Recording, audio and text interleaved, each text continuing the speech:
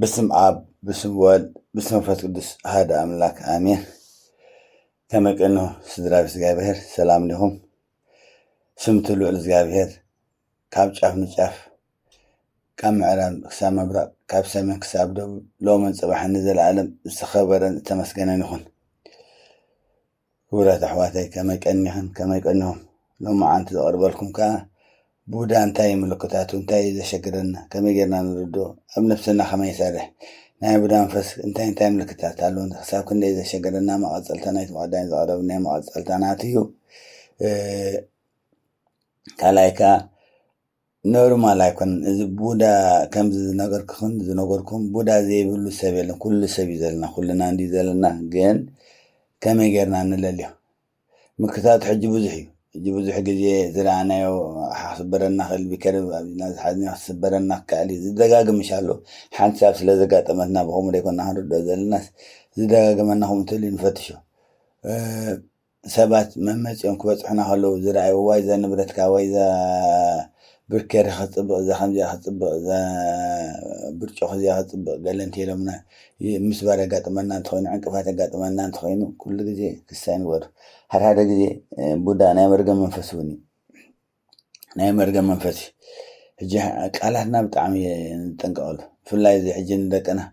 أتقلع كي تود كي تصدف كم زغيت خون نملو بتعمي تنقل إذا لين تقالي سارح كم فال كوين ويحمق فال كوين ويرجمان كوين يزغيت قمت إلى مالتي حجي أبكن دي كي تصدف كي تود أنا بلس نعز ودي يحمق نبز نعبل كم زنا أنا بدي أتحشكا كم بدي أتحاشي إن أنا بقول الله منبر بفلاي نورمال تون هت أقول عسات كذي خينو كي تود إن أنت عسان قبل خينا كود أو نخليه نخوم نتي أنصارينا نحجز حد دي أجي إزجابير الحين تخيكون إزجابير حلوة كان ولا نعمل مكيال حلوة أو كنا هاي تود أطلع ود مكيال نزود حلوة ود إزجابير نزهتان حلوة ود فعل نزهتان حلوة دنقلين نزهتان حلوة كده أنا مرين نزهتان حلوة لي سمعت قدس أرسيما نزهتان حلوة لي نزم لك حلوة لي نبلنا كل جدينا ملاعتنا نتأرجعنا عندنا محاتنا كنا خيط ود كي تصدف كم زخيت خون النجاتي فكنا نعلل نجاتي في كساب حجي أبتحور السبتنا دي أصل ذل حد خفت عبي شجر ولا من سبات كعل كل خون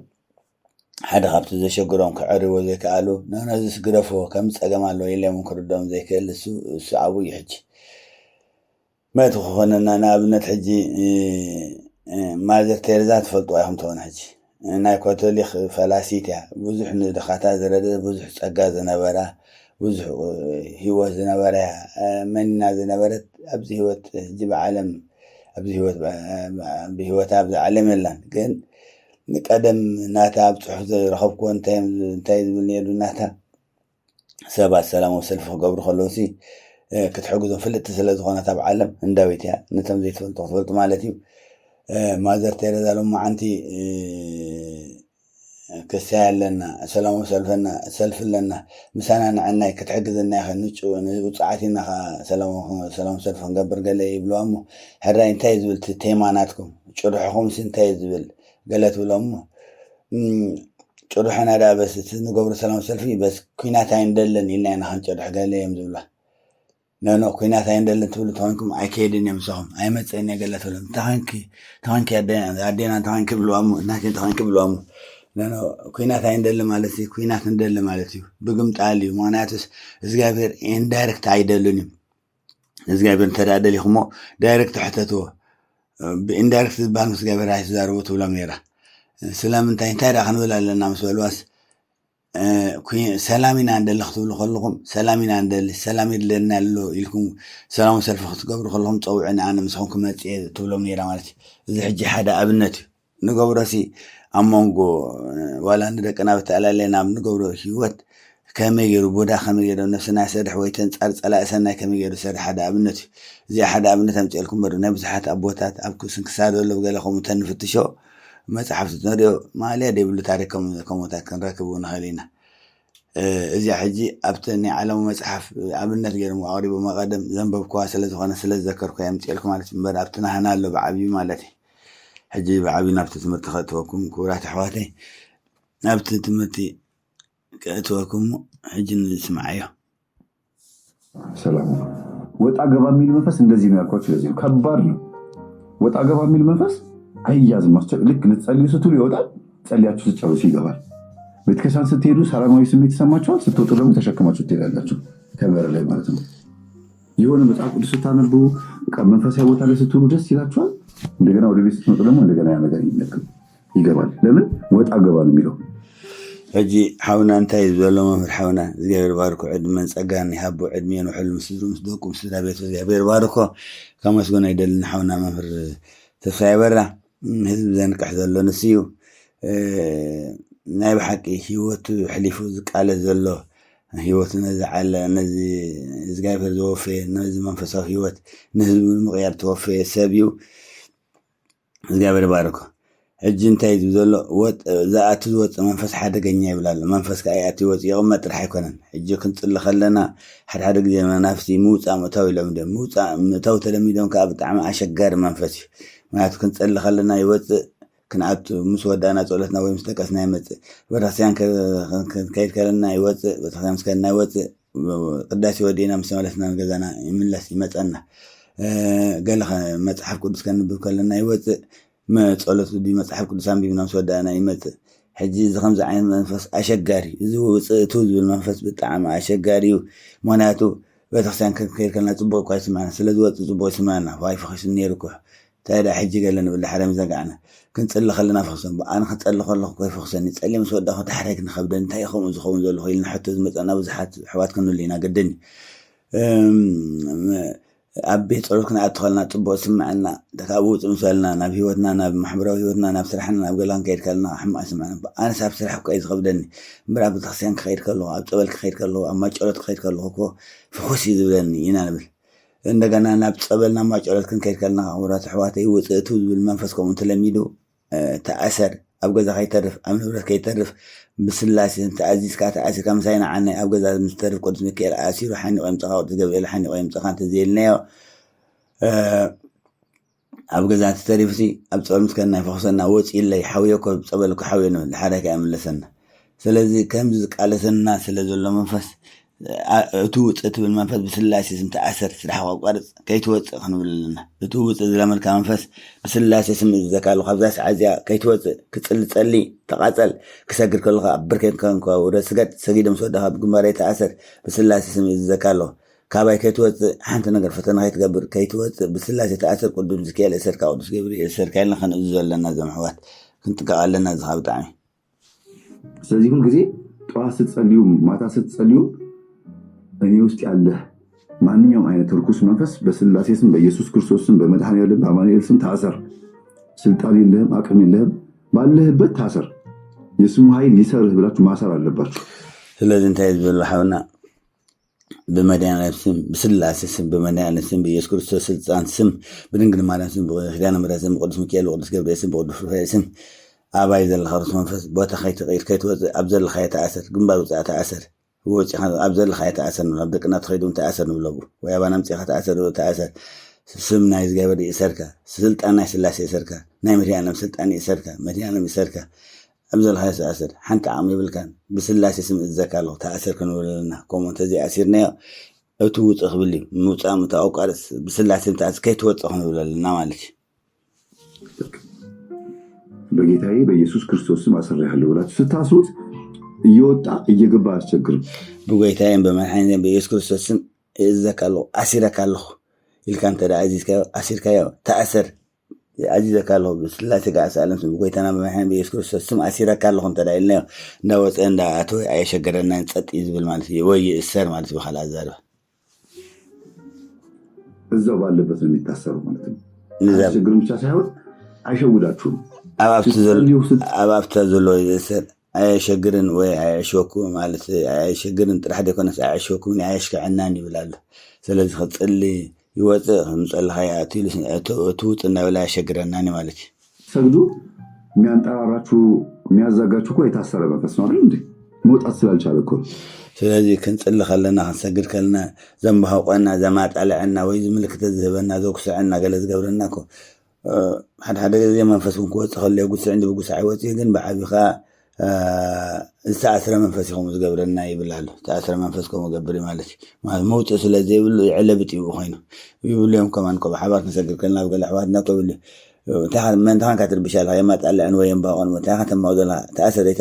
ተኣሲርና ኮ ተጨናቅና ኢና ከምኡ ንገብር ዘለና ይብሉ እዮም ማለት መንጠራራት ማፋሽክ ሆድ መንፋት ፈስ መፍሳት እንባ በቃ በማዛጋት ብዛት እንባ በቃ በጣም ይበዛል። ይሄ መንፈሱ ከእናንተ ወጥቶ የሆነ ቦታ ላይ መደበቅ አለመቻሉና እናንተ ላይ ሆኖ መታሰሩ ነው። ሌላም ደግሞ እንደገና ያልታሰረ መንፈስም ከሆነ ደግሞ ጸሎት እንድታቆሙት እየተፋለማችሁም ሊሆን ይችላል። ሕጂ እንታይ ዘለሐውና ዝተኣስረ መንፈስ የንብሆ የፈሱ ከብዲ ነፍርሕ የማጣልዓካ ገለ ስለጭናቅ ክሰግድ ክፅሊ ከለካ ስለዝቃፀል ከምኡ ዝገብር ሕጂ ምልክትናት እዩ። ግን ሓደ ግዜ ከዓ ዘይተኣስረ መንፈስ እውን ከምኡ የማጣል ይፍትነካ ካብ ጸሎት ከወፅአካ ካብ ስግዳን ከወፅአካ የንብሃወካ የማጣልዓካ ሳልሳይ ከዓ መንፈስ እውን ከምኡ ጌርካ ይወፅእ ንኣብነት ክሰግድ ከለና ክንወፅእ ከለናስ ኣንባሂቁ ወፅእ ብጥራጥ ወፅእ ብፈሲ ወፅእ ስለዝኾነ ዝወፅእ መንፈስ እውን ከምኡ ገብር ብሰለሲኡ መገዲ ንርአዮ። አንዳንዴ እንደዚህም ያጋጥማል። ያልታሰረ መንፈስ ይኖራልና ሲፈራ በተለይ የሴት ጓደኞቻችሁ የወንድ ጓደኞቻችሁ መተት ካለ የበላችሁት መተት ካለ ልክ ጸሎት ልትበረከኩ ስትሉ ሆዳችሁ ይነፋል፣ ፈስ ይመጣል። ያ ፈሳም ሲባል ፈሪ ማለት አይደለ፣ ይደነግጣል፣ ይፈራል፣ ልባሹ ጅቡ ይላል። ጸሎቱን ቶሎ እስክጨርሱ ድረስ ያቆነጠምጣችኋል። እናም ገጽ ቆጠራ ትጀምራላችሁ። ሕጂ እንታይ ዘለሐውና መተት ክህልወና ከሎ ናይ ቤተሰብ ናይ ዕሩኽ ናይ መሓዝ መተት ክመፀና ከሎ ሕጂ ክንፅልም ዝተዳለና ፈሲ መፀና ከብድና ይንፍሐልና ፍርሕ ንብል ልቢ ትርክታ ልቢ ናይ ይሃርም ይቕልጥፍ እኮ ፈርያ ብፍላይ መተት ዋላ ቡዳ ፈርሕ መተት ከዓ ፈርሕ ሕጂ ከየሰር ስለዝፈርሕ ከይቃላዕ እውን ስለዝፈርሕ ሕጂ ከምኡ ዝገብር የቁነጥ ንጠናስ ከምዚ ይርብሸና ይህውኸና ማለት ምክንያቱ ጸሎት ከዓ ገፂና ንቁፅር መዓሲና ንውድእ ገፅ ንቆፅር ማለት ሕጂ ዝበዝሕ ግዜ መዓሲ ዝውድእ ገና ግዲ ገለልና ገፅ ንቆፅር ተኮይና ናይ ጥዕና ኣይኮነን። ከምኡ ዝርብሽ መንፈስ ኣሎ ውሽጥና ንከይሰርድ ከይቃፀል ወይ ተቃፀለሉ ማለት እዩ። እዚ ሕጂ ሓደ መተት ክኸውን ይኽእል እዩ። ኣባና ዘሎ ዛሪቡ ዳውን ክኸውን ይኽእል ቀንዲ መተት ከምኡ ገብር ጭንቅ ይለዋል። በቃ የሚጨንቃችሁ ነው የሚመስላችሁ፣ ግን እንዳይጋለጥም ፈርቶ ነው። እንደገና ደግሞ ቶሎ ከተንበረከካችሁበትም እንድትነሱ ፈልጎ ነው ማለት ነው። ስለዚ ጭንቅ ይዝብል ንሕና ጭንቅ ወይ ንሕና ተጨናና ወይ ስኹም ተጨነኩም ይመስለኩም በር ንሱ ግን ጭንቅ ዘሎ ሕጂ ሓደ ከይቃልዕ ስለዝፈርሕ ካልኣይ ነገር ከዓ ቀልጢኩም ጸሎት ወዲኩም ካብኡ ክትእለዩ ክዕርፍ ስለዝደሊ ማለት እዩ፣ ስለዝቃፀል ማለት እዩ። እና ምንድነው አንዳንዴ የሚደረግባችሁን ነገር ወቁ። የምታረጉትን ብቻ ሳይሆን እናንተ ላይ ምን እየተከናወነ ነው፣ በማን እየተከናወነባችሁ ነው የሚለው ነገር ለማወቅ ሞክሩ። አንደኛ ትጠነቀቃላችሁ፣ ከዛ ሰውም ለመራቅ ይጠቅማቸዋል። አንዳንዴ ከክፉ አድራጊዎች መራቅ ከመጽሐፍ ቅዱስ የተባረከው ክርስቶስ ምን አለ? በዚህኛው ከተማ ፈተና ሲያደርስባችሁ ወደዛኛው ከተማ ሽሹ ነው ያለው። በቃ አንዳንዴ ከክፉ ሰዎች ለመራቅ የራሳችሁን የሆነ ነገር ለመጠበቅ ክፋትንም ራሱ ላለመከታተል ሰላማችሁን ለማስጠበቅ የግዴታ ማወቅ አለባችሁ። ሕጂ ዓቂ ምፍላጥ ድሕነት እንዲ ተዘይፈሊጥካ ኣይትፅልን ኣይሰግድን ተዘይፈሊጥካ ኣይትከላኸልን ኢኻ። ተፈሊጥና ግን ክንከላኸል ሶሉሽን እናረከ መፍትሒ ማለት እዩ። ሰባት መፍትሒ ስለዘይርከቡ ስለዝሰኣንዮም ከዓ ድጭንቑ መፍትሒ ንምርካብ እዮም ከዓ ዕድሜ ሙሉ ክፅዕሩ ዝሓልፉ ንነብሲ ወከፍ መዓልታዊ ሂወቶም ክኾኑ ይኽእል ብዓፂ ኣብ ናይ እግዚኣብሔር ሕቶ ክኾኑ ይኽእል ሂወቶም ፈተና ምስ በዝሖም መፍትሒ ብላይ ዘይፍትኖ ሰብ የለን። ገለ ሰባት ኮ ተረዲኦም ዘይኮነ ትዛረቡ እቲ መንፈስ እውን ኣሎ ግን ዝወስዶም ግን ናብ ጠንቋል ናብ ደብተራ ከዱ ከለውኮ መፍትሒ ሲኢኖም ተጨኒቖም ናብ ዝወስዶም እቲ መንፈስ ዋላ ይኹን ግን እቲ ሶሉሽን ሲኢኖም መፍትሒ ሲኢኖም ዝኸዱ። ስለዚ ሕጂ ምፍላጥ መፍትሒ ዝረኸበካ ዝነግረካ ማለት እዩ። ሕጂ እንታይ ዘለዎ ምርሓውና ስለዚ ሓደ ግዜ ኣብ ዙርያኻ መን ኣሎ፣ መን እዩ ዝፍትነካ፣ መን እዩ ዝልእኸልካ ዘሎ፣ መን እንታይ ዝቐንአልካ ዘሎ፣ መን እዩ ውዳጥ ምተካ ዘሎ፣ መን እዩ ዝፃበካ ዘሎ ምፍላጥ ምልላይ ኣገዳሲ እዩ። ሕጂ ከምዚ እንተደኣ ለሊኻ ነቶም ዘሸግሩኻ ወይ ከምዚ ዘሸግሩኻ ሰባት ካብኦም ትራቕ ትፍንታት ትፍለይ ጸሎትካ ስግዳንካ ጌርካ አንድ በስካ ትቋፀር ካብኦም ትፈልጥ ዘሰላሙ ዘይክትብሎም ትኽእል ናባኻ ከም ዘይቀርቡን ክትገብሮም ትኽእል ማለት እዩ። ስለዚ ሕጂ ክርስቶስ ኢሉ ጎይታና ክርስቶስ ኣብዚ ፈተና ዝተገጠመኩም ናብቲ ህዶም ኢሉ ኣብቲ ተገጠመኩም ናብቲ ህዶም ኢሉ ማለት ኣብቲ ፈተና ዝገጥመካ ሶቅ ክትብላ ይብልካ እንታይ ማለት ብኻልእ ኣዛረባኻ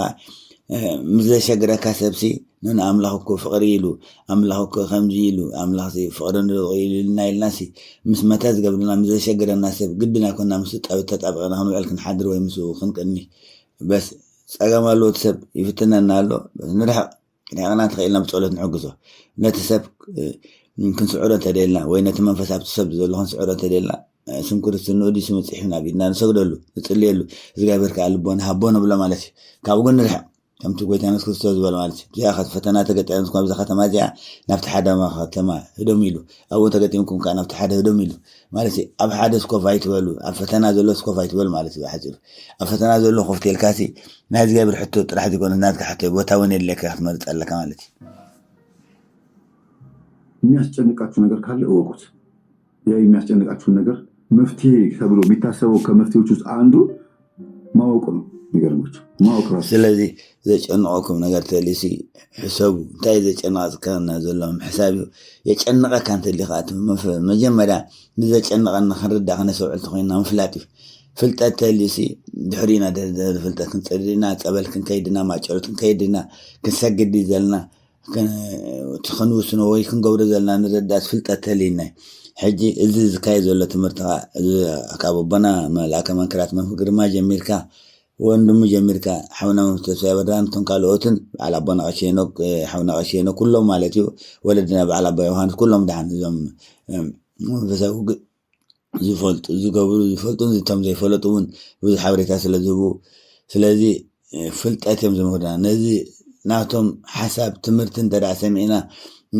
ثلاثنا كمزي بودا خمس تقبر توقار كمزي تقبر هذا المتي خمسي بحر من جذرك خمسي بحر بحرياتنا يتمنافتم ونفلت بحرياتنا يتمنافتم ترى فريدنا سمعنا خاني أب نفسنا عينا يشقرنا اللي فريدنا ترى قبر علينا ينشعو قالسنا نفلت مفلات ما دحناتي مالتها على زارة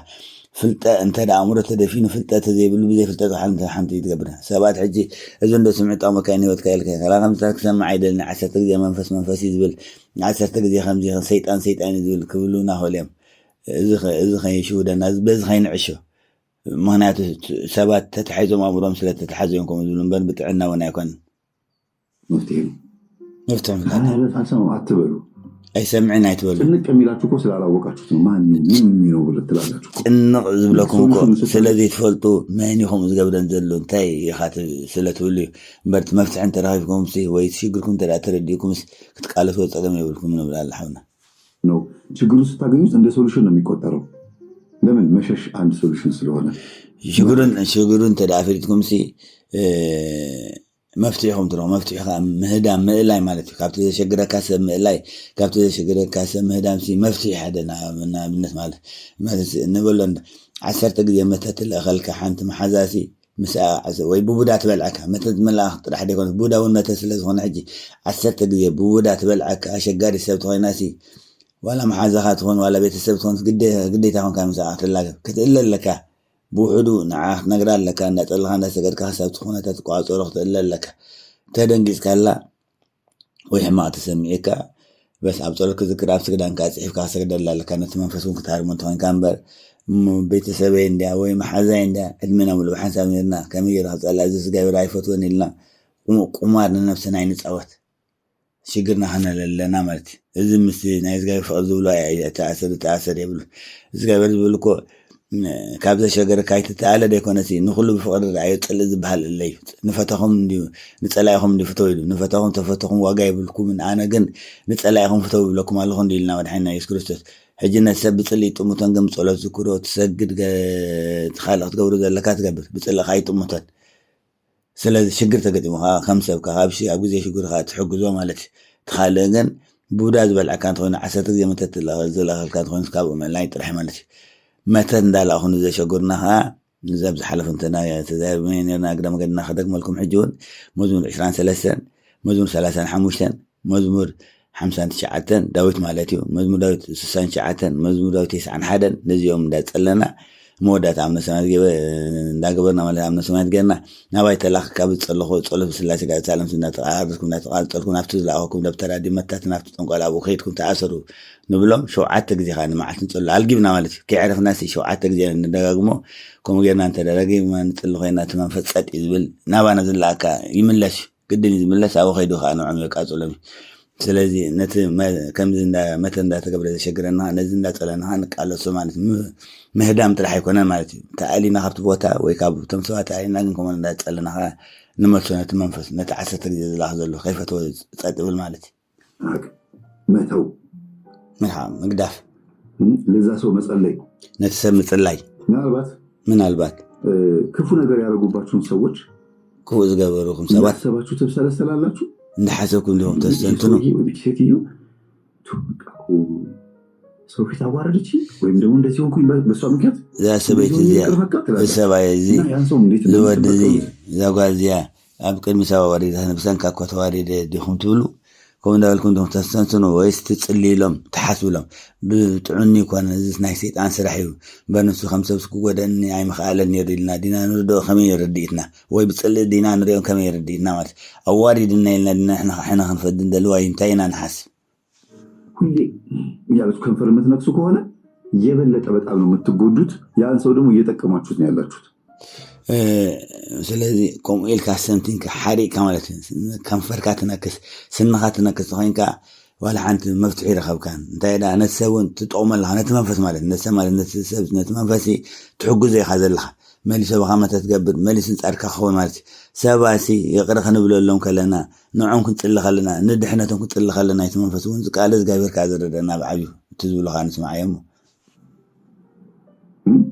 ኃይል ከናንተ የእግዚአብሔር ኃይል ከናንተ እየራቀ ነው የሚሄደው ከዛ ሰው የመጣባችሁ መንፈስ ደግሞ እናንተ ተጽዕኖ እየፈጠረ ይመጣል ስለዚህ ስንኻ መንካስ አንጻርት መተዝ ገበደልካ ዲ አንጻርት ጸለካ ምሕሳብ አንጻሩ ጽልም ምሕሳብ ወይ ካል ሕማቅ ክፉ ነገር ምሕሳብ ተሓሳብ ማለት እዩ ከም ምሕሳብ ወይ ንዑ ሰላም ዘይ ምናይ በጸሎት ክትሕግዞ እንተ ዘይክልካ ዝጋብር ልቦና ሃቦ እንተ ዘይልካሲ መጀመሪያ ናይ ዝጋብር ኃይል ኸባና እንዳርሓቀ ይርሕቅ ሕጂ ክንጽሊ ክንሰግድ ከለና ዝጋብር ሊ ኃይል ዝባና ክርደአና ዘሎ ይርድአኩም ኢኻ ይርድአክን ይኹልኽን ማለት እዩ ስለዚ ናይ ዝጋብር ኃይል ኸባና ይርሕቅ እንደገና ትዝላኽ ዘሎ መንፈስ ከዓ ተጽዕኖ ይገብር ኃይል ይገብር ማለት ኃይል እንዳወሰኸን ኣባናሲ መመልሲ ፀገም እዩ ዘምፅአልና ወይ መመልሲ ከጨንቐና ኽእል ወይ መመልሲ ከሰቂዐና ኽእል ማለት ሰኣን እዚኣ ምፍላጥ ማለት ስለዚ ነቲ ሰብ እንተዳ ጸሊና ኣሎ ልቦና ሃቦ እንተዳ ኢልና ብፅቡቅ ሓሲብና ግን ኣብ ክንዲ ህልኽ ስንና ነከስ ከምዚ ዶ ገበረኒ ከምዚ ዶ ተገብረኒ ኣብ ክንዲ ንብል ነዚ ብጥዕኒ ይኮነን ብጥዕና ኣይኮነትን ኢልና ብሰላም ተዘይሓሲብናዮ ናህና ኃይሊ ናይ ዝገበር ኃይሊ ንዓና ዝበናዮ ዝጎድል እንደገና እቲ መንፈስ ከዓ መሊሱ እዩ ዝብርትዕ ዋላ ሓንቲ ንዑ ፅልን ይደሊ ህልኽ ይደሊ ሰይጣን ስለዚ ንዑ ኢና ንሕግዞ ዘለና ብካልእ ዘረማ ማለት ሕጂ ኩሉ ንዛረቦ ንገብሮ አንጻር ነብስና ከይኮን ብጣዕሚ ጠንቀቀ የለየና አንተ ክጅምር ከለኹ ኮነ ገይረ ነቲ ቆልዓሲ ከይትወድቅ ከይትፀድፍ ከምዚ ከይትኸውን ንብሎ እንተኮይንና ሟርቲ እዩ እሱ ንባዕሉ ሟርቲ እዩ ከይትፀድፍ ከይትወድቅ ኣይንብሎ ካብኡ ንኣልዩ ካብቲ ድሆዶ ካብቲ ከብሎ ዝኽእል ንኣልዩ ኣይኮነን ከዓ ሓሎ ሚካኤል ንወዲ ሓሎ ባዕልካ ሓለዎ ክወድቅ ከሎ ባዕልካ ሓለዎ ቆልዓ ስለዝኾነ ክወድቅ ይኽእል እኮ እግዚኣብሔር ከዓ ዝሕልዎ ከምዚ ዓይነሲ ዝሕልዎ ኣምላኽ ክስታይ ኣይድቅስን ይብሎ ዝሕልወና እውን ንኽእልና ኣይድቅስን ብዓብዩ ግን ናይ ዓይኒ ኣምላኽ ብልያን ኣዴታና ማለት ቆልዓሲ ብዝወደቀ ወዲቁስ ዓይኑ ብዙሕ ኣይሰኒ ዝበዝሕ ቆልዑት ከም ቆልዓ ዝወድቅ የለን ዓይኑ ግን ብዙሕ ዋላ ሓንቲ ይከውነኒ ከምቲ ንወድቆስ ዓይኑ ክንዲ ሰብ ዓይኑ ዘይብሉ ነበረ ነይሩ ስለዚ እግዚኣብሔር ተነቀፈ ኣካላትና ባዕሉ ዝሕልዎ እግዚኣብሔር ሓለው መልኣኽ ኣለና ነደቅናስ ከምኡ ገይሩ ዝሕልዎ ማለት ሕጂ ቆልዓ ከዓ ኣብ ብዙሕ ሓዴታት ስለዝሰምዐ ሕጂ ዝደጋጊመ ዝነግረክን ዘለኹ ዘናእሽም ክትፈልጣ ስለ ዘለክን ንቆልዓኻ ከይትፀድፍ ክትፀድፍ ኢኻ ከምዚ ክትከውን ኢኻ ከጥድፈካ ከምዚ ተይልና ወላ ንቆልዓ እውን ከነፃወት ክንብል እኮ መሳቱ ኮይኖም እንዲኦም ወይ ካብኡ ዝዓብዩ ኮይኖም እንዲኦም ዋላ በዓልና እኮ በዚኣ ዳ ክጥድፈካ እኮ ንብልና በዚኣ ዳ ክጥድፈካ ሕጂ ደ ትሕሸካ ከምዚኣ ዳ ክገብረካ ሕጂ እኮ ትሕሸካ ትብል ብጣዕሚ ከቢድ እዩ ዘን ኣሕዋቲ ብጣዕሚ ከቢድ እዩ እዚ ሕጂ ዳ ክነጥድፈካ ሕጂ ዳ ከምዚኣ ዳ ክገብረካ ንብሎ ብጣዕሚ ከቢድ እዩ መርገሚ ከዓ ፋሊ ከዓ ሕማቕ ፋሊ ፅባሕ ንጎሲ ከምኡ እንዳበልና ባዕልና ዋላ ባዕሉን ክትፀድፎ እቲ መንፈሲ ተኸቲሉ ሓደጋ ከምፀልና ክእል እዩ ብሓፂር ከምዚ ዓይነት ቃል ንለወጥ ቃላትና ብጣዕሚ ንለውጦ ቃላትና ሰው ደግሞ የእናንተ መጎዳት የእናንተ መጎሳቆል የእናንተ ጭምት ሆኖ መታየት ይሄ እንዴት ነው ጭምት መተማት በቃ መቸገር መጎሳቆል ለዛ ሰው እርካታው ኃይል ይሆነዋል ይባላል ከባድ ነው ሕጂ ሓውና እንታይ ዘሎ ስነና ንኽድና ነቲ መተ ዝገብረና ነቲ ዘሸገረና ከምኡ እንተደኣ ተሃላሊኽና ወይ ተፀዊርና እንተደኣ ንሪኦ ኮይንና نسوا يسرح باله صبوا بيسرح لا صبوا بيسرح له ذلو حجيت عاوز له هنا بلسي نوع حيلي زخانه خميس بهال بلال ها قدن بالحيل خانه مالسي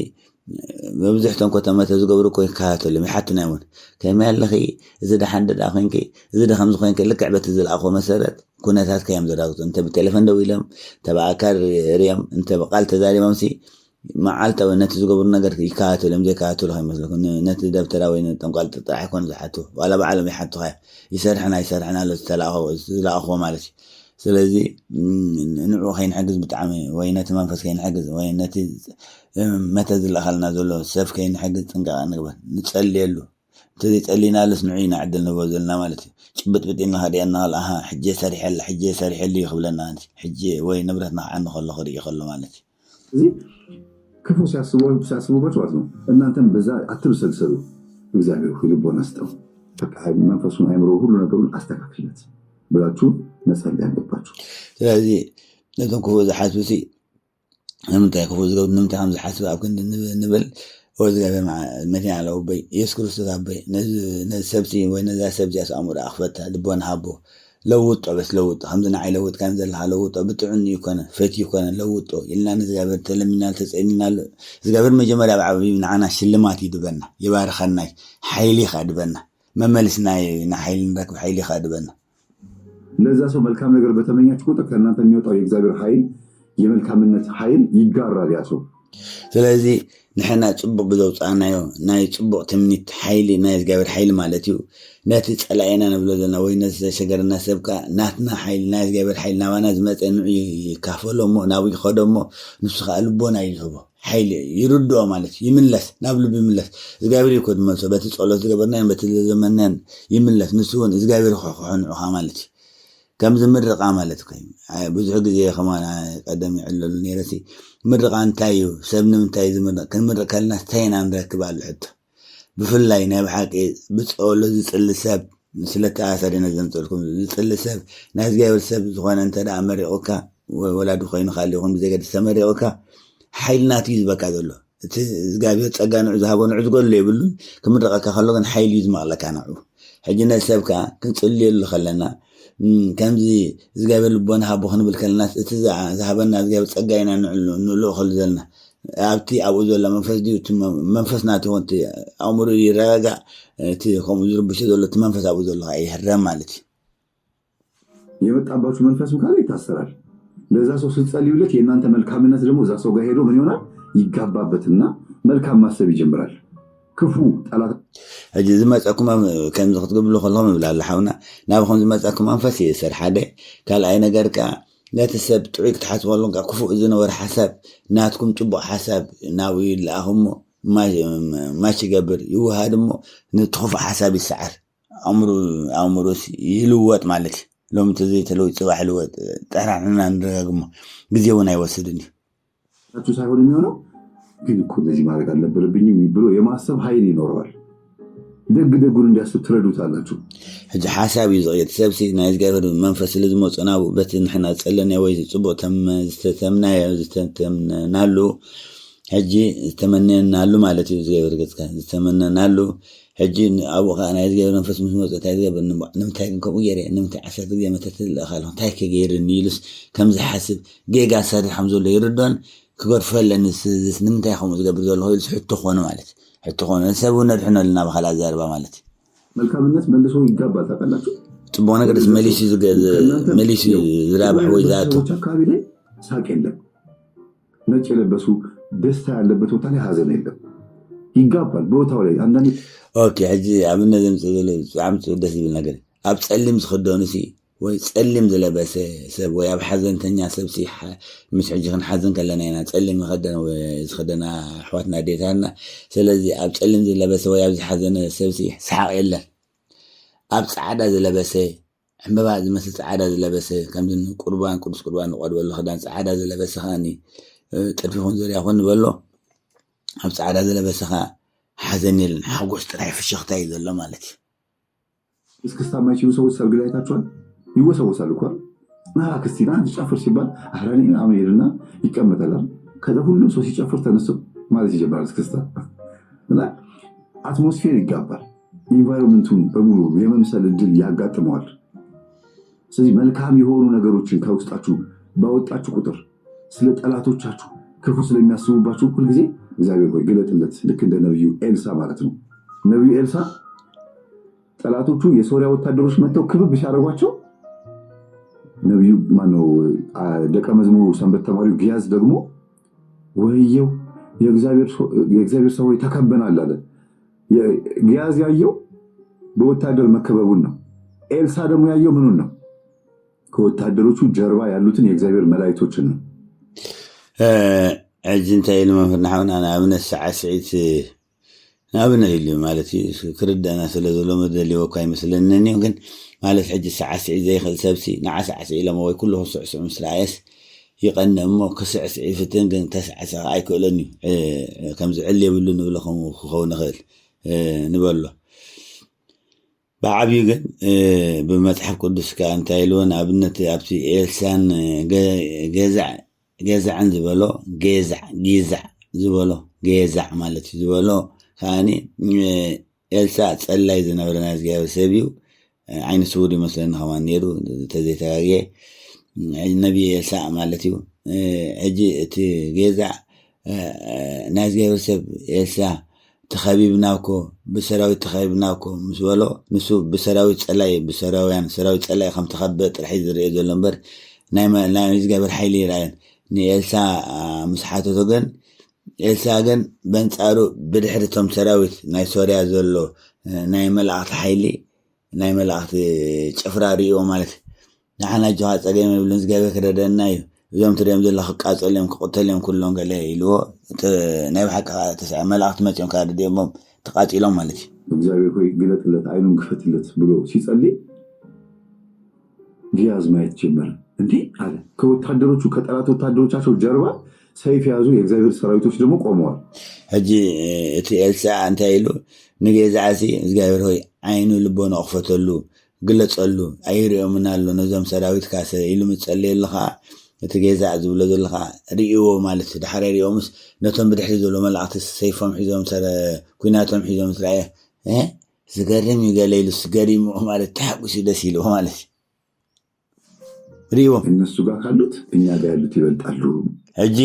እንታይ ማለት ኢኻ ጸሎት ናይ ኤልሳሲ ንገዛዕ ኮይኑ ኣብነት ንሰብ ክንፅልዮ ኣለኸና ከምኡ ኸ ኣእምሮ እዩ ዝኸፍተሉ ማለት እዩ። ሕጂ ካብ ምፀላእትና ዘለውሲ ምሳና ዘሎ ናይ እግዚኣብሔር ሓይሊ በዝሕ ካብ ምፀላእና ዘሎ ሓይሊ ሲ ምሳና ዘሎ ናይ እግዚኣብሔር ሓይሊ በዝሕ እንዲ ዝብል መዝሙር እውን ከምሎ ማለት እዩ። ስለዚ ኣእምሮ ተኸፊቱ ማለት ሕጂ ንሰብካ ኣብ ጸሎት ክንዝክሮ ከለና ኣይኮነን ንፈታዊነት ዋላ ንፀላእና ዋላ ንትመተት ትገብር ንብሎ ልክ ከምኡ ክንብል ከለና እግዚኣብሔር ንዓና ይረዳና ናይ እሱን ኣእምሮ ይኽፈት እዩ። ክቡራት ኣሕዋት ብሎ ተናገረ ሲሰማ ይሉ ተዛሪብ ይሄን ብዙ ጊዜ መልካም የሆነ ነገር ወደ አጠገባችሁ ወዳለ ሰው ሲጋባበት ያ ሰው እናንተ ያያችሁትን ያያል። መላእክቶችን አላየም ነበር ግያዝ፣ መልካሙን ነገር አላየም ነበር ግያዝ። መልካሙን ነገር ያየው ነብዩ ኤልሳ ስለጸለየለት ነው። ስለዚህ ግያዝ ጽቡቕ ነገር አይራአየን ነቶም ሰራዊት ጥራሕ ርኢዎ እምበር ናይ መላእክቲ ሓይሊ ብድሕሪኦም ዘሎ ንዖም ዝሕግዞም አይራአየን ክረአየ ካለን ነይሩ። ግን ኤልሳ ምስ ጸለየሉ እዩ እቲ ግያዝ ርኢዎ ኣእምሮ ተኸፊቱ ርኢዎ ማለት እዩ። ስለዚ ሕጂ ንሰባት ከዓ ጽቡቕ ክንሓስብ ከለና ብጸሎት ክንዝክሮም ከለና ልቦና ሃቦም ክንብሎም ከለና ክንብል ከለና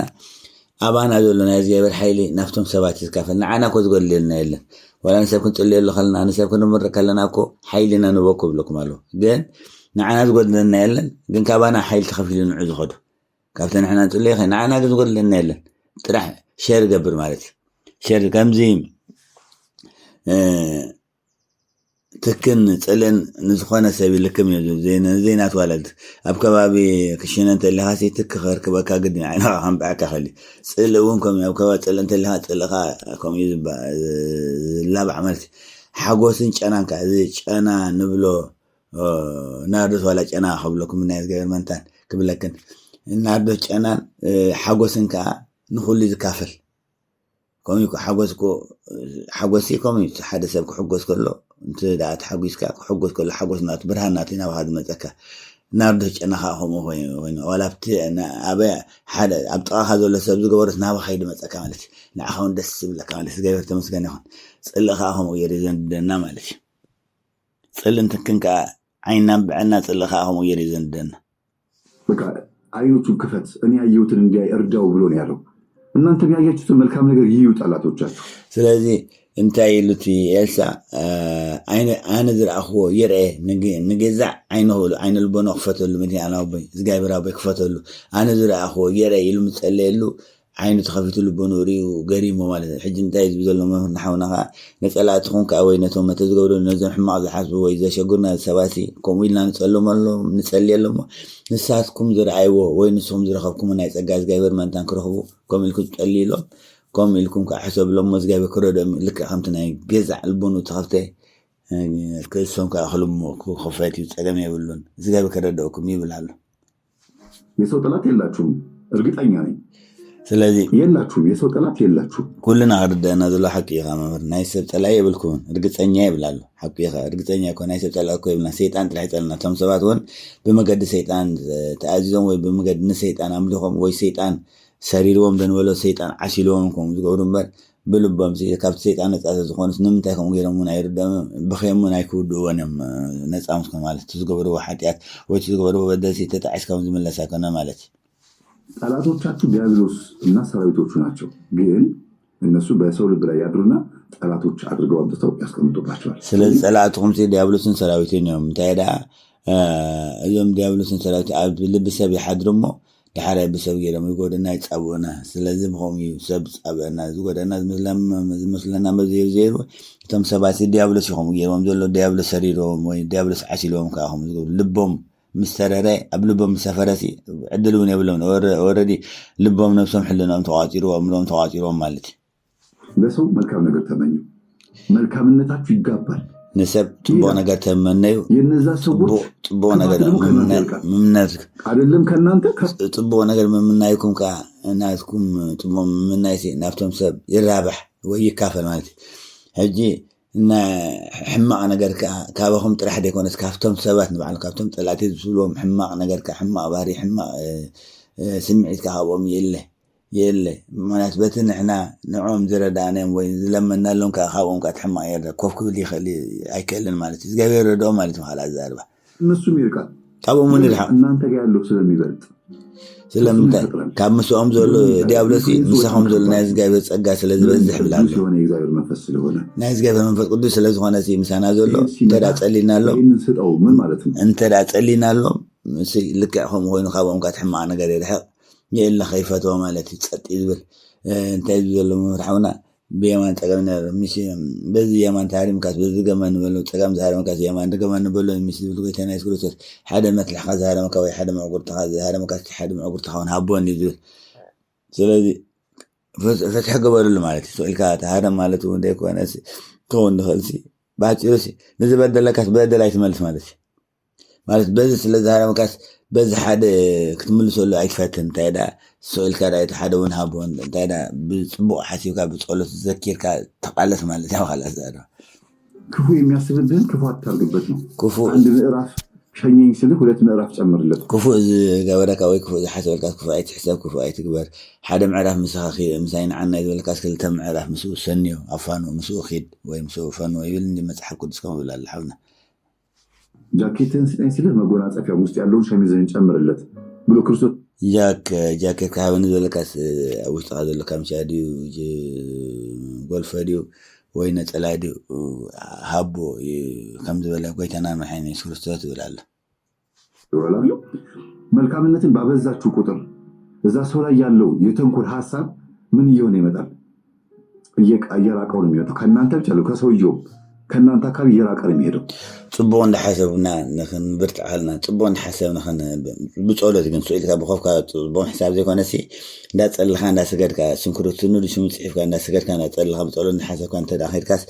تحمى أنا جر ويكا خفاسي أكون كاب خمسي كاف تسبون لا تفلي نرحق إجرا قلب ولا نعوني نرد نمحر زلنا مالتي سلازي كومي خاز جاي الزرار الناس سرحنا مالتي عندنا سوتش يالو ينسي متى ينسي تؤمنوني فريد عجباني ميلاد ሳይኮሎጂካሊ በስነ ልቦና ስትረዱት ግን አይደለም በመንፈሳዊ በዓለማዊ እንኳን በጣም የሚጠቅም ነገር ነው። بز خار مكا بز دقا ما نزبل متحق قدس فليت مالت فلتت عينتي مثل مالتيو بتقدنيا لا يرد أن نزول بز حسوات لا اللحونا جن ولا بسيكولوجي أيكون بمساوس أيكون بمنفساوي متحق قدسي بعالم أول لازم نخوف تقبلك أكفو تقبل كاس أيتنبرن حياة صحفوت قبل صحفوت قبل صحفوت قبل كفو قبل كتموتها ويكلتها بحثها وحدها قاعدين كانوا متحدون كده حنا يكون ماشي ስለዚህ ከባድ نحمد ذورك حمد من السلطان كسلامون يبلكان أكتنبرنا هون سقاي بحث ولا أنت نبرك كتنبر كتلا كم سب بعد ما قال سقاي لم يتقالوا شو مرقوا لم يتقالوا شو سووش مرقوا أشوف سيل بمرضهم ينان تمرقات ينسون تلاشى أرجماناتهم موارتاتهم سلام ياركلو يا شوال ريبليس يارجال يتكلم شوال ስለዚህ ንዝረግ ምኹመርቁ ማለት ስቂል ይኮነ ምሽ ኣብ መጽሓፍ ቅዱስ ጎይታና ኢየሱስ ክርስቶስ አይል ንዝመርቁም ንዝረግ ምኹመርቁ ንጸርፍኹም አመስግኑ እንዲሉ ስለዚህ ንዝረግ ምኹመርቁ ማለት ክንምርቆም ከለና ክፍኣትናቶም ይስዓር ክፍኣትናቶም ይዝህረም ሕማቅናቶም ይዝህረመሎም ክንምርቆም ከለና ንዝረግ ምና ተረጊምና ዳ መጀመሪያ ናባና ከም ዝምለስ ኣይትረሱ ናባና ስለ ዝምለስ ኮይ ጎይታና ኢየሱስ ክርስቶስ ንዝረግምኩም ኣይትርገሙ መርቁ ዝበላይ ሕጂ ቀደም ሕቶ ይመፀኒ ብዛዕዚ ብዙሕ ቅድሚ ሕጂ ነገ ኣብ ትምህርቲ ተዛሪበሉ ኾነ ግን ምሰባት ይዕለለ ብዙሕ ግዜ ስለዚ ሕጂ ኣብ መፅሓፍ ቅዱስ ንዝረግምኩም መርቁ ንፀርፍኩም ኣመስግኑ ከመይ እያ ዳ ገለስ ሕቶ ትኾነኒ ራ ቀደም ማለት ግን ናባና ስለ ዝምለስ كم زمان قالح يدحن كنا قدرك ما قدرنا قدرنا جام قبل ما قالح سي زبلنا يندقم قوة فلتو قطرة زعبنا ويزعبهم سي ويزعبهم قوة زبل كاين دقم تعرف كاي يعرف تمرة كاي مرة تتراجم كاي راجم تجلس زبل كاين أبغى هذا ملص هي ودنا خالك عهم يا أخوان سلز خوني هم تحب قدس وين مدهنينا قويتنا يسكروسات نزمر رقم رقمهم مرق إلى مالتي نبانا سلز ملص حجك نراجم كلنا نبانا يملص فقرنا كبلنا فقرنا وانا ملص تلا خنه بكلنا تلا وانا ملص ما ملص راديكالي خاد خون سؤال نورمال ولا كان هب كلنا عنا نوهاب كن تعرف كلنا تعرفنا وانا سلز نبانا نبكالي ترحك يكون نتسب ترحك وانا نبانا كن راجم كلنا نتسب ترحك نبانا وني ملص مرقة تنقبرس نبانا يملص كن مرة كلنا نبانا ملص كان تبو كان حسب كان لا تبو نبانا يدمله نسبت راح يكون زي الحنو نبانا يدمله الذي كم مهان تردينا قبل ما عند الحرايز زم حواتي إذا بتعمل السباه له لمن بكعات تصمم فتاري حيل سلوه نيجزاير حيل يفكر حيل له فكر بتعم تصمم فتارينه الذي إذا خاصويل يكون ناس جاب الحيلي وناس جاب فقري بتعمي حيلن سقط أنت تعنون ذلوي سقط ذلوي تعنون اللو مالتي هجي قوم سلذ هنا قويتنا يسكر الساسي نخل بفقدة الحرايلو نتلا موتانا موداتها من جم تلا عندي خبر إنه بلا مالتي هجي تلا السب كم زيلو سلذ فلت أي قويتنا من حين يسكر الساس نتلا خمسي أفكوريلو نسابسي نفتاوي التفتوس تاوا قالوا نفتاوي دا كل ندفتو أنا قلت نتلا هم أفكوريلو لكم على خلون دي لنا نتلا يا خام كاسي باي خاص عرا مالك نتلا يا خاص بفقري خاص عرا نتلا يا خاص بتليفونا يسعرنها مسرت بتل تحاتو كاس مقتال طرح مقتال خمسة بعالم نقوله لا تقاتلنا نحسب حجنا برزلنا مش كله مش عوادنا مش قربتنا مش كله نتقاتلنا أنا برزلنا سلس كم عندك قتل كاتمة بفقر جن أيكون عبي جزا قفش مرسي ولا تاني شيء نقدر نملا حنت مترو زهانت جزاون كل تسوات كتر كسكات خليها تشبيت قاعد وبخوين كمالتي فريون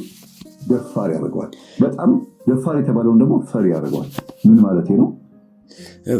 فقر خايل وحجو فقر خايني فرح زنوره دفاري جورو دفار زنوره فرح جوريو تاي مالتي أنا اسمعيا لبام يا رجال مالتي لبام جورو مالتي لبام مالتي የፈራችሁትን ነገር እንድትደፍሩት ያደርጋል በጽድቅ ነው ታዲያ የደፈራችሁትን ደግሞ ኃጢአት ደግሞ እንድትተውትና ወደ እግዚአብሔር እንድትቀርቡ ደግሞ ያደርጋል ማለት ደፈርና ኃጢአት ማለት በፍቅር ማለት ደፈርና ኃጢአት አሬና ናብቲ ናይዝ ጋር መገደም አደረና ኸወና ይገብረና ዝጸላነ ነገር ካኸው ከምንል ከምገርፍ ገብረና ማለት ويكا ندفر زنبنا خبون اللي زين دفر زنبنا خرفرنا خيلي مالتي هجي مش زباز حسابكو ዝበዝሕ ሰብ ሕጂኮ ቅዱስ ቁርባን ፀልኦኮ ስለ ማለት ዝፈርሐኮ ከምኡ ኮይ ድሓረይ ሓጢኣት ተገበርኩ ድሓረይ ከምዚ ተገበርኩ ኣነ ዳ መዓት ፃድቅ ኮይነ እዚ ዳቶም ፃድቅ እዮም ክረኽቦ ዘሎ ክቀርቡ ዘሎ እምበር ገና ዝንስሓ እዚኣ ትኽእሉ ኣቶም ሰባት ኣንተን ኣሕዋተይ በጀኻትኩም እግዚኣብሔር ንሓቀተኛ ምፅእ እምበር ንፃድቅ ኣይመፀን በዓል እውን ክኸም ኢሉ ንሓኪምሲ ሕሙም ሓኪም እዩ ዘድልዮ እምበር ንጥዑይ ሰብ ሓኪም ኣየድልዮን እኮ ኢሉ ጎይታ ናይ ክርስቶስ ዋላ ብትምህርቲ ማለት እዩ ንጥዑይ ሰብ ሓኪም ኣየድልዮን ንዝሓመመ ግን ሓኪም የድልዮ ስለዚ ንስሓ ምእታው ማለት ምቁራብ ከዓ ሕክምና ናይ ሰባት እዩ ክንሕከም ተደኣ ኣድሊኹም ክንጥዕን ተደኣ ደሊና ክንሕከም ተደኣ ደሊና ንስሓ ንእቶ ንስጋ ንፀሊ ንቁረብ ቅዱስ ቁርባን ነቕረብ ብምሉእኹም ዞም ንኣይሽና ትብሉ ዘለኹም ነብስኹም ኣይተዕሹ ደጊመ ሕጂውን ክነግረኩም ጠቕላላ ናብ ቅዱስ ቁርባን ከይመፃና ሰላም የለን ትሕትና የለን ርግኣት የለን ኣብ ኣነ ይኹን ኣብ ሰበይትና ኣብ ደቅናስ የለን ኩሉ ግዜ ብገንዘብ ኢና ንሓስ ዘለና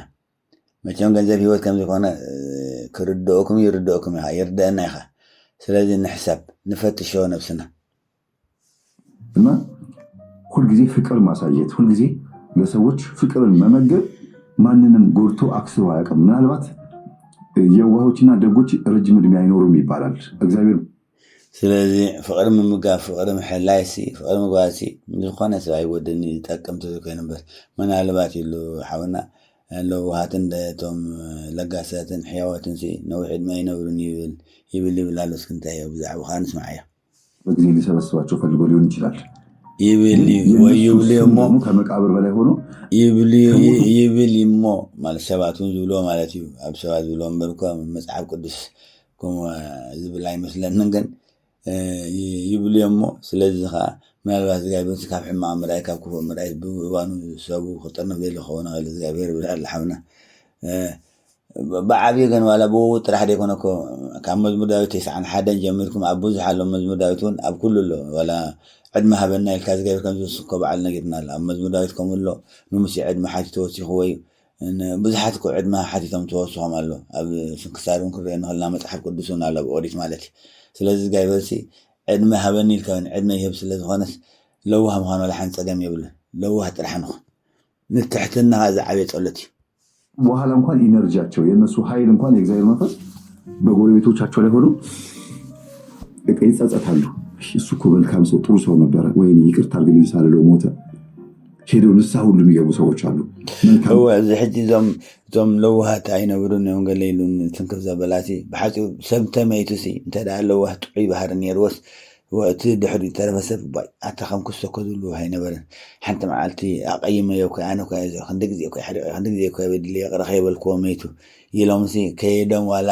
ተጣዓይሶም ንስሓ ዝኣትሉ ዋላ ብሂወት ኣይሃልፍ ሰብሲ ናብ ዝገብር ከይዶም ይበኺዶም ገለ ገብሩ ዝጣዓሱ ማለት ጣዓሳ ዝኣሱ እናስሑ ኣለዉ ዋላ ናባት ነብሶም ከይዶም እውን ከምዚ የቕረኸ ይበልክዎ ከይዶሞ ፍትሑን ኣቦና ዝብሉ እውን ኣለዉ ኢሉ ኣሎ እነቱን ኣስበው እኮ ነው ኣየሱ ተፅዕኖ ይፈጥራል ሞቶ እንኳን ስለዚ ትፅቡቕ ምሕሳብ ወይ ትፅቡቕ ምግባር ፅቡቕ ስራሕሲ ኣይኮነ ሰብ ብሂወት ከሎስ ዋላ መይቱ እውን ኣይርስዓኒ ተፅዕኖ ኸ ኣሎ ፀቕጥሎ ፅዕነት ኣሎ ማለት እዩ ሓይሊ ኣለዎ ማለት እዩ ዋላ ዘረብ ጥዑይ ሰብሲ ዋላ ምስ መተ ጥዑይ ባህሪ ማለት ጥዑይ ሰብቲ ጥዑይ ባህሪሲ እቲ ባህርያትና ከምዚ ክጥዕ ከሎ ኣይኮነ ብሂወት ከለናስ ዋላ ምስ መትና እውን ሓይሊ ኣለዎ ይሰርሕ እዩ ስም ይነብር እዩ ዘይነብር ከይመስለና ጥዑይ ሰብ ዕድሚ ሙሉ ሰብ ይነብር እዩ ሕጂ ዞም ዋላ ምስ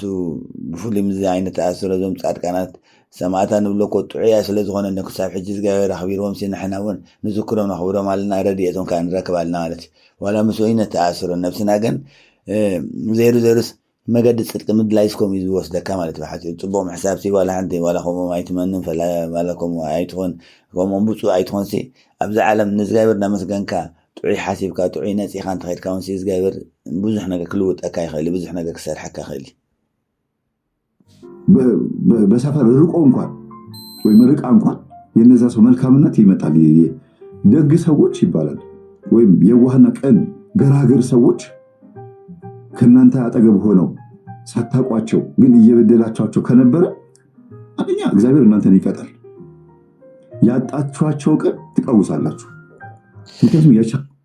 أيوة طعيا سباسي يصلي لنا ونيرم كون نحنا ندبدلنا يوم لحرقنا يوم أي بلبو يكون نسيت أن سرح ندبل يصلي لنا يردنا تبهرم ولا تتصبهم حساب تتصبهم مسرح يسرح بعلو يتصولو سلزخنا تتصبهم حساب تتصبهم مسرح تتصبهم مقباسي تصولو يسنو بعلو ولا تفقر من دا تصولو نبعلو أكل تصولو مسقانا أكل تصولو سلزخنا زي حجي زوم سبازيون كابخارح يوم زقصنو خايكونون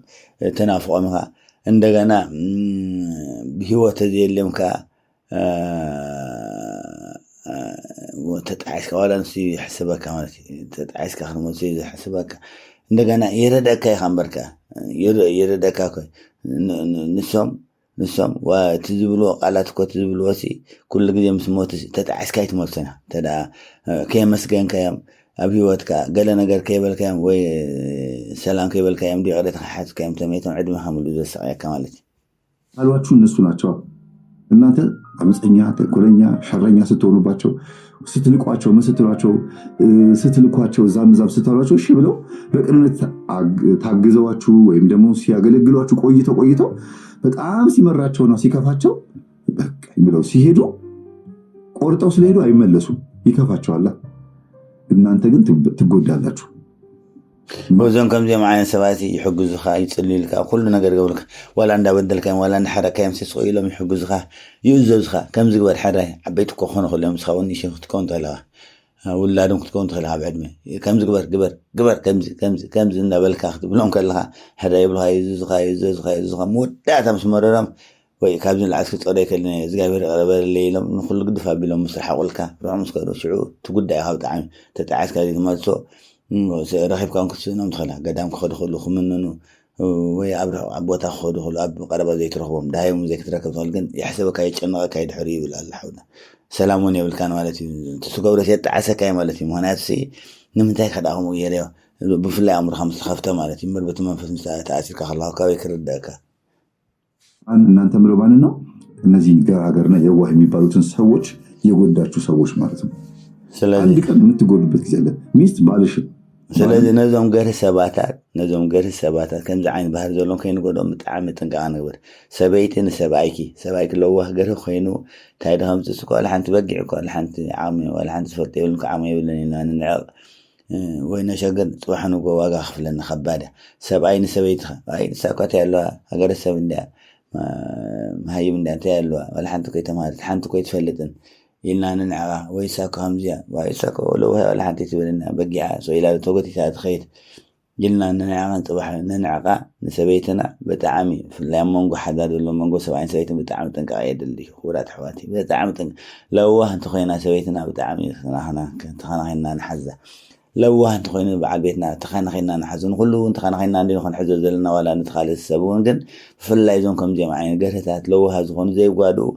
عدمي مولو نقصل ومقصل لنا نبر تبحنوك خبادة تبادة زغابرون كحتى الناخليو إننا واقنا يتزبدل لنا عنا تبحنوك خنق صعين أما يتكلم أقدفوا بسماء أما يتكلم ما طاعتنا هذا خلنا بتعمل خبادة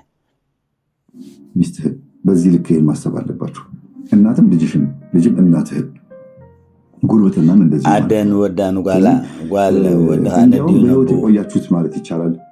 በሰላም በፍቅር በጤንነት የቆያችሁት ማለት ይቻላል እነዚህ አይነት ደግ ሰዎች በዙሪያችሁ ስላሉ ነው ብዬ ነው ማስበው እንደኔ ስለዚህ በሰላም ዝነበርኩም ሳሕጂ በሰላም ዘለኹም ሲ ወይ ዘለና ማለት እዩ እዞም ከምዚኦም ጥዑያት ሰባት ስለ ዘለዎም ማእኸልና መንጎና ስለ ኣቦና ኾነ ላዴና ክትኮን ሰብኣይና ኾነ ሰበይትና ክትኮን ትኽእልቲ ብናቶም ልውሃት ብናቶም ጸሎት ብናቶም ጥዑይ ሓሳብ ኢና ነብር ዘለና ታነብራ ዘለና ንሕና ሸገርቲ ኸለና ማለት እዩ ኣሸገርቲ ሰባት ኮለና أشجرت خلنا جنب بناتهم لوهات بناتهم تصقى بناتهم تصولت بناتهم طوي حساب بالانس حلينا نبر مالتي يدق سووችን እድሜ ለእንደዚህ አይነት ጉዳይ ሲል ቢያስረዝምልን ደስ ይለኛል ግን ጥቅማቸውን እንደና እግዚአብሔር ቶሎ ይወስዳቸዋል ስለዚህ እነዚህ ከምዝ ጠማራክቲ ዞም ጥዑያ ዝሆን ለውሃት ዝሆኑ ኣቦታት ኣዴታት ወይ ስድራቤትና ወይ ሰባሲ እድሜዮም ከንውሕልና ንፅበ ንልምን ብላለ ግን زغير ግን ቀልጢፍ ይወስዶም ይብላል ወላ በዓለሙን ያህልና ወንኩብሉ ኸለም ሕጂ ዝጋበሩ ወስዶም ክብል ከሎ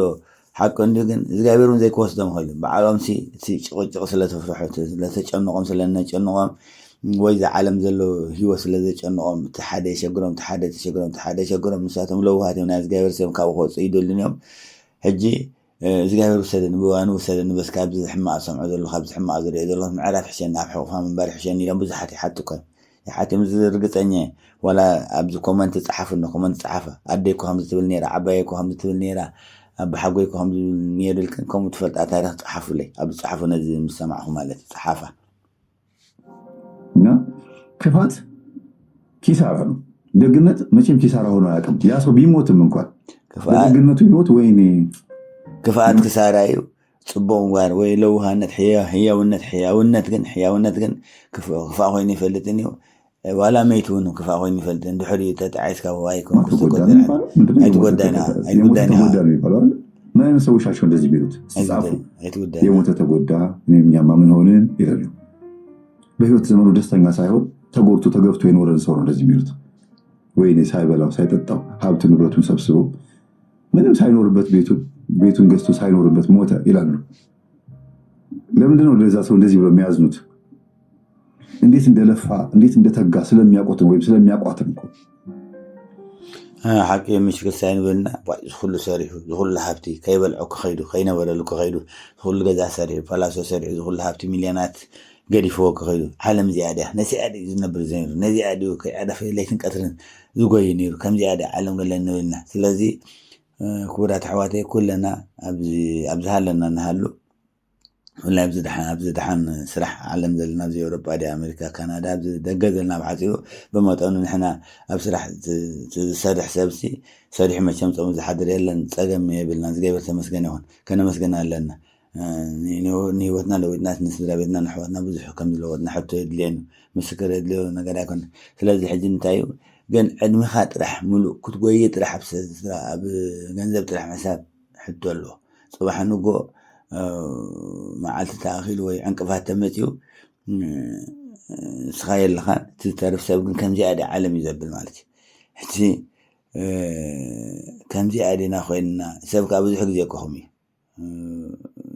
ማለት እዚ ምስ መተስ ኣይሰምዖን ክንብልና ኽኢልና ግን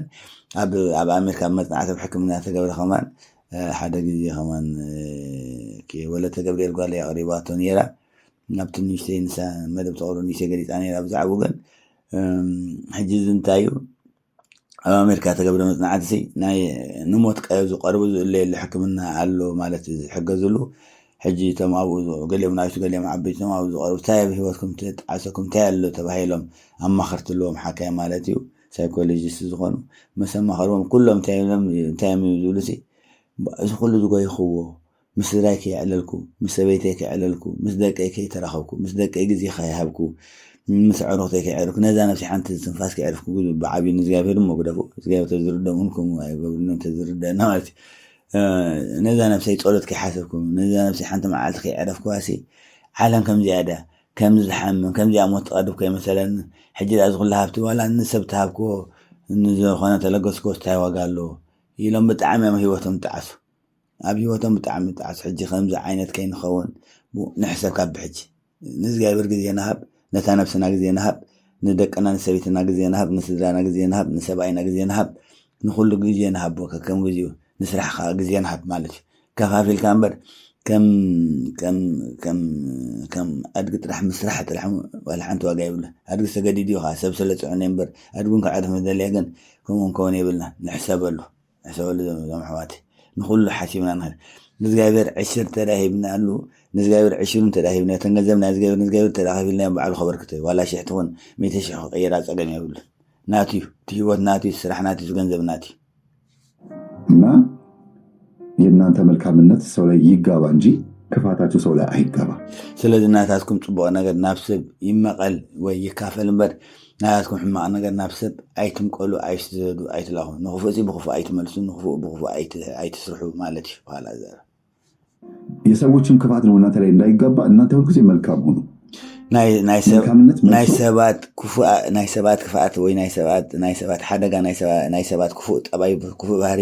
ናብኹም ከይዋረስ ከዓኒ ክፉእ ነገር ኣይትሕሰቡ ክፉእ ነገር ኣይትቀበሉ ክፉእ ነገር ኣይትግበሩ ይብላሉ። ሕጂ ምስ ንገብሮ ናባና ዝምለስ ነፀብራቕ እያ ምሽ ኢለኩም መቃሊሕ ምሽ ኢለኩም ሂወት መቃሊሕ ከይትኸውን ሂወት ንጠንቀቕ። መቃሊሕ ሂወትካ ንብሎ ናባና ይኽመት ናብ ዝኸደ ኣይከይድን ይከፍላል የተባለው ለዚህ ነው። የሰጣችሁት ነገር ይመጣል። ዝሃብካዮ ናብኻ መፅእ هبكينا خامت زقبر كينا وهاملس قبل الله حونون لكعنا بامتي ومودات هذا زقبر تمسكنا ታገኛላችሁ ጠይቁ ይሰጣችኋል አንኳኩ ይከፈትላችኋል ለምኑታል ጎይታና መድኃኒት ክርስቶስ ታይሉ ሕተቱ ወሃበኩም ለምኑ ወሃበኩም ሕተቱ ወሃበኩም ለምኑ ወሃበኩም አንኳኩ ክፈተልኩም እንዲሉ ስለዚህ ንሕተት ክምለሰልና ንለምንክ ወሃበና ንኳሕ ክኽፈተና ንዝጋብሔር እንተ ተሓቲና መልሲ ክበና እዩ እንተ ለሚና ዝለመና ክበና እዩ እንተ ኳሕኩሕና ማዓፁ ከፍተልና ማዓፁ ኩሉ ግዜ ድልው እዩ ክፉት እዩ ኣይተዓፅም ኳሕኩሕ ጥራሕ ኢሉ እምበር መፍትሕ ድለዩ ይኮነን ኢልና መፍትሕ ድለዩ መፍትሕ ግዙ መፍትሕ ደሊኹም ክፈትዎ ይኮነን ኢልና ኳሕኩሑ ጥራሕ ኳሕኩሑ እሞ ኳሕኩ እንተኳሕኩ በዓለይ ክኸፍተኩም ኢሉ ምኹኳሕ ማለት ከዓ ተስእ ንፀሎት እያ ካልእ ኣይኮነት ንፀሎት ተሱ ንምስጋና ተሱ ንዝጋይበር ኣመስግኑ ንዝጋይበር ተንበርክኽ ምኹሕኳሕ ንዝጋይበር ምንብርካኽ ንዝጋይበር ንእሽተይ ምፅላይ ንዝጋይበር ንእሽተይ ምስጋድያ ከምኡ አንተ ጌርና ዝጋይበር ኳሕኩሕና ያለና ዝጋይበር ከዓ ሽዑ ይኸፍቶ ማዓፁ ይኸፍቶ ዘይኮነት ልብና እውን እዩ ዝኸፍቶ ኣእምሮና እውን እዩ ዝኸፍቶ ዲያብሎ ዝዓፅኦ ኣእምሮና እዩ ዝኸፍቶ ዲያብሎ ዝዓፅኦ ልብና እዩ ዝኸፍቶ ልብና እዩ ዘንፅኦ ልብና እዩ ዘራህሮ ዘን ኣሕዋተይ ገኛላችሁ ቀላል አማርኛ አይደለም ቀላል የመጽሐፍ ቅዱስ ቃላት አይደለም ማንም ሰው የተመኘውን ነገር ያገኛል ቀላል ናይ መጽሐፍ ቅዱስ አይኮነት ቀላል ቋንቋ አይኮነት እንብላሎ ዝኾነ ሰብ ተመነስ ይረክብ የአፍህን ፍሬ ትበላለህ ነው የሚለው ናይ አፍካ ፍሬ ከዓ ትበልዕ ኢኻ መጽሐፍ በልባችን የተመኘ ነው በአፍ የተናገርከው የአፍህን ፍሬ ትበላለህ ለምን አፍ የምን ውጤት ነው የልብ ውጤት ነው ስለዚህ ኣብ ልብና ተመነናዮ በአፍ ይወጥ አፍና ዘርባ ናይ ልብና ውጤት ስለዚህ ኣብ ልብና ሕማቅ ከይንምንጠንቀ ኣብ ልብና ጥዑይ ንመነ ጥዑይ ዝገበር ዝፈትዎ ወይ ንህይወትና ጠቕመና ንመነ ስለዚ ብኣፍና ከዓ ጥዑይ ንዛረብ ስለዚ ኣፍካ ፍሬ ኣፍካ ክትበልዕኻ ስለዝብል ፍሬ ኣፍና ይብል እኮ መፅሓፍ ምሳሌ እውን ክብል ሞትን ህይወትን ኣብ መልሓስ ኢድካ ኣሎ ብል ኣሎ ኣብ መልሓስ ኢድካ ማለት ኣብ መልሓስ ኣንደበትካ ኣሎ ማለት ሞትን ህይወትን ሕጂ ናብ ሕማም ክወስደና ናብ ሞት ክወስደና ናይ ዝጋብሔር ሕቶት የኮነት ናይ መልሓስና ሕቶ እውን ናይ ትብርክስ መንፈስ ዋላ ኮንሲ ኣብ አንደበትና ኣሎ ባዕሉ ኮነ ጌርና ሞትን ህይወትን ኣብ መልሓስካ ኢዳ ኣሎ ኢልና ኣብ መልሓስካ አንደበት ኣሎ ማለት ይባሃል ኣዛርባ አስቡ እንጂ አይን ሁለት ነው አፍንጫ ሁለት ነው እጅ ሁለት ነው እግር ሁለት ነው ሁሉ ነገራችን አፍና ልብ ግን አንድ ናቸው ስለ አሰውዕሊሉ ሓውና ዓይና ክልተ እዩ እዛና ክልተ እዩ ኤዳውና ክልተ እዩ እጋርና ክልተ እዩ ኩሊትና ክልተ እዩ ሳምቡና ናብ ክልተ መቀል ስለዚ ሕጂ እንታይ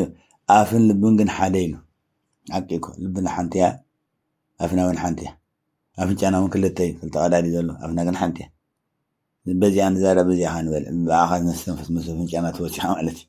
ስለዚ ብዘይ መደብ ኣይኮነ ገይርዎ ማለት እዩ ዝገበር ምክንያት ኣለዎ ከምኡ መግበር እዩ ማለት እዩ ያንን መዝገብ አውጥተህ ነው የምታወራው ከልብ መዝገብ ላይ ያለህን ሀሳብ ታወራለህ በአፍ የተናገርከው ነገር ያፍህን ፍሬ ደግሞ መልሰህ ትበላለህ መልካም ከሆነ መልካም ስለዚ ኣብ ልብኻ ዝነደቀ ሓሳብ ብኣፍካ ኢኻ ተውፅኦ ብኣፍካ ዘውፅኦ ሓሳብካ ብኣፍካ ዘውፅኦ ቃላት ከዓ ተመሊሱ ንስኻ ኢኻ ትበልዖ ተመሊስካ ኢኻ ናብኻ ድመፀካ ተመሊስካ ኢኻ ትበልዖ ማለት እዩ ስለዚ ናይ ኣፍካ ፍረ ክትበልዕ ኢኻ ድበሎ ስሱ እዩ ብል ኣላ ሓውና ናይ ኣፍካ ፍረ ክትበልዕኻ ማለት እኮ ኣብ ልብኻ ዝነደቀ ብኣፍካ ዘውፅኦ ብኣፍካ ተዛሪብካ ኢኻ ናባኻ ይክምለስ ንሱ ኢኻ ሰሪሕ ንሱ ይክምለሰካ ኢኻ ክፉ ከሆነ ክፉ ማለት ነው ስለዚህ ይሄ ማህበራዊ ሚዲያ የሚቃወሙትንም በህይወታችሁ ላይ የሚቃወሟችሁን በጉርብትናም እኔንም ሁላችንም የሚቃወሙን ሰዎች በሙሉ እስቲ አንድ ነገር እንመኝላቸው እግዚአብሔር ልቦና ሰጥቷቸው እኛ ያየነውን ህይወትም ይዩ የትኛውን ህይወት የተገለጠልን ያወቅነውን ነገር ስለዚህ ሕጂ ሓውና እንታይ ዘሎ ነዚ ኩሉ ንዝፃብኡና ነዚ ሚድያታት ዝቃወሙ ነዚ ናይ መናፍሲ ውግእ ዝቃወሙ ንጎረቤትና ኮይኑ ዝቃወመና ንሂወትና ዘሸግረና ሕማቅ ነገር እንዳሓሰበ እንዳሰደ ዘሸግረና ንኩሎም እግዚኣብሔር ልቦና ሃቦም ኢልኩም ለምኑ ፀሊ ይብሉ ኣሎ ንዓና ዘርአየና ይርአዩ ንዓና ዘፍለጥና እግዚኣብሔር ይፍለጡ ልቦና ይሃቦም ይብል ኣሎ እግዚኣብሔር ምሕረት ንለምነሎም ማለት እዩ ካል ኣዛርባ ባሉ ነገር እንዲገባቸው አድርግ ብላችሁ ጸልዩ ሁላችሁ ንሕና ዝረአናዮ ንሕና ዝተረድአና ንዓና ዝገለፅካልና ንዓና ዝተረድአና ዝገለፅካልና ልቦናኦም ከፊትካ ንዖምካ ግለፀሎም እግዚኣብሔር ኢልና ንለምነሎም ንፀልየሎም ይብል ኣሎ ሓውና የበላን የጠጣናትን ያችን ደስ ምትዋል ህይወት ከመናፍስ ስርዓት ወጥተን እግዚአብሔርን ያወቅንባትን ያችን ህይወት እንዲያውቁ ወርዳቸው ብላችሁ ጸልዩ። ስለዚህ ካብ መናፍስቲ እስራት ወፂና ነዛ ንዓኻ ክንፈልጥ ዘሰመቐና ህይወት ንዓኻ ንብርካ ዝረዳኸና ልቦናና ውረናን ዘንፀኻ የመድኒ ዓለም ኣቦይ ንዖምን ልቦኖም ዓይኒ ልቦኖም ኣብርሃሎም ኣንፀሃዮም ኢልና ንለምነሎም ንፀልየሎም ይብል ኣሎ። ሓቂ መምህር ሓውና ንፀልየሎም ንለምነሎም ነቶም ዝፀልኡና ድም ዘሸጉርና ከምኡ ጌርና ንርዳዮም እግዚኣብሔር ክረድኦም እዩ። በዓና ሓጢአተኛ ገይሩ ክረድኦም እዩ። ፀገም የብሉን። ሕጂ ነዚ ጥራሕ ተረዲእና ብግብሪ ንበረሉ ብግብሪ ነብረሉ እንተሊና ዘሸግረና ሰብ የለን። እግዚኣብሔር ንዖም ክረድኦም እዩ። ንዓና እውን ከምቲ ንዓና ዝረድአና ንዖም ከዓ ክረድኦም እዩ። እግዚኣብሔር ተመስገን ይኹን። ለቤተሰቦቻችሁ ለማንኛውም ሰው ማለት ነው ንቤተሰብና ይኹን ንኩሉ ሰብ ንቤተሰብና ይኹን ንኩሉ ሰብ ንፀልየሉ ንለምነሉ ከምኡ ንበለሉ ሰላም ንኩለና ይኹን። ስብሃት ለአብ ስብሃት ለወልድ ስብሃት ለመንፈስ ቅዱስ ስብሃት ለድንግል ማርያም ስብሃት ለመስቀሉ ክቡር ሎሚ ፅባሕ ንዘለኣለም ኣሜን። ብሰላም ዝፅሕና ብሰላም ይረኸበና ኣሕዋቲ ሰላም